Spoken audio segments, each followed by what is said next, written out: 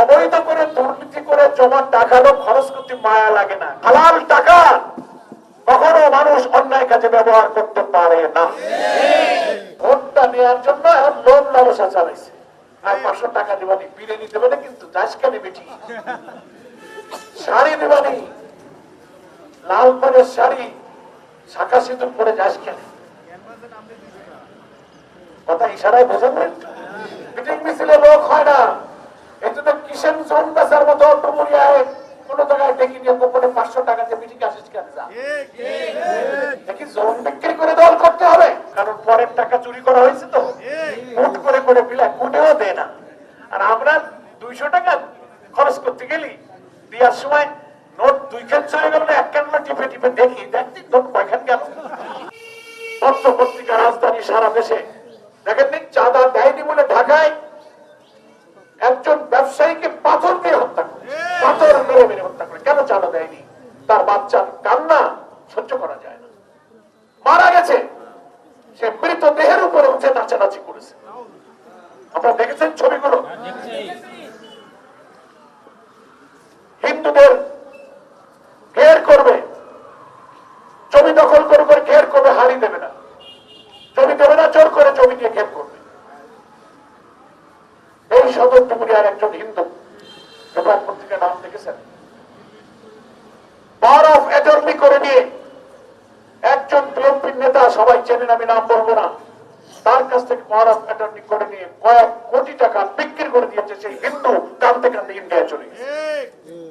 তারা কি জামাত ইসলামের লোক? আওয়ামী লীগও তো তখন ছিল না। 5 তারিখের পরে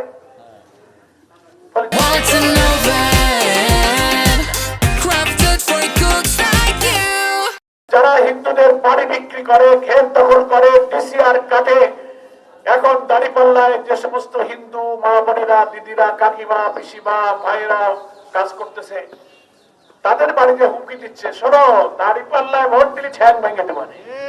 ক্ষমতা যার আগে যদি ঠ্যাং ভাঙবো, তো ক্ষমতায় গেলে কি করবা? আমার কথা বুঝে আসতেছে তো? আপনারাই সাক্ষী আছেন। আমি খুলনার এসপি সাহেবকে বলেছি, পুলিশ কমিশনারকে বলেছি, স্বরাষ্ট্র উপদেষ্টাকে বলেছি, ডিআইজি কে বলেছি যে আমার এলাকার হিন্দুদের উপরে আওয়ামী লীগ বিদায় নেওয়ার পরেও তাদের হুমকি দেওয়া হচ্ছে যে অমুক দলে গেলে তোমার দেখে নেবো, অমুক মিটিংয়ে তুমি যাই না। মিথ্যা মামলা দিয়ে তাদের গ্রেফতার করানোর চেষ্টা করা হচ্ছে।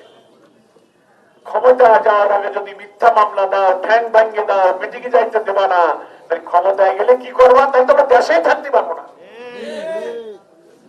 তাদের মুখে কি নিরাপত্তার কথা মানায়?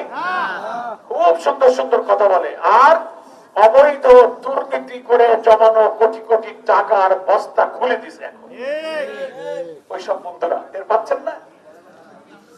এই মাঠ ঘাটে কিষেন বিক্রি হয় না, জোন বিক্রি হয় তো। কত কম সব। আমার বাড়ি তো শিরোমণি, আমরাও কিষেন বলি, জোন বলি, 5 মাইলের লোক বলি। একদিন কাজ করলি 500 টাকা, 1000 টাকা পাবি। মিটিং মিছিলে লোক হয় না, এই জন্য কিষেন জোন বেচার মতো ডুমুরিয়ায় কোন জায়গায় ডেকে নিয়ে গোপনে 500 টাকা দিয়ে মিটিং আসিস কেন? যা দেখি জোন বিক্রি করে দল করতে হবে।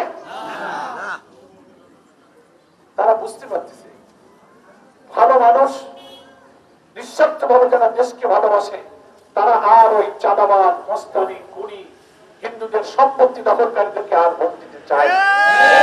এই জন্য ভোটটা নেওয়ার জন্য এখন লোভ লালসা চালাইছে।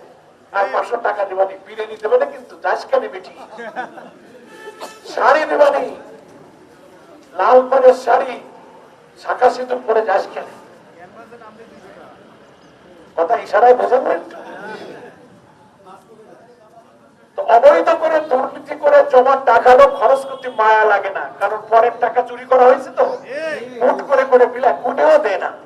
আর আমরা 200 টাকা খরচ করতে গেলি দেওয়ার সময় নোট 2 খান চলে গেল না, 1 খান টিপে টিপে দেখি দেখছি নোট কয়খান গেল। কারণ কি, আমারও টাকাটা কষ্ট করে আয় করতে হয়। হালাল টাকা কখনো মানুষ অন্যায় কাজে ব্যবহার করতে পারে না। এখন ডুমুরিয়ায় ইলেকশন তো না, টাকার খেলা চলতেছে। শুনলাম উপজেলা কমিটির এত হাজার, ইউনিয়ন কমিটি এত হাজার, ওয়ার্ড কমিটি এত হাজার, ভোট কেন্দ্র কমিটি এত হাজার, জনে জনে এত হাজার, হাজারে হাজারে হাজারে হাজারে হাজার, আবার এই হাজারের গল্প এখন বাজারে বাজারে ছড়াই গেছে।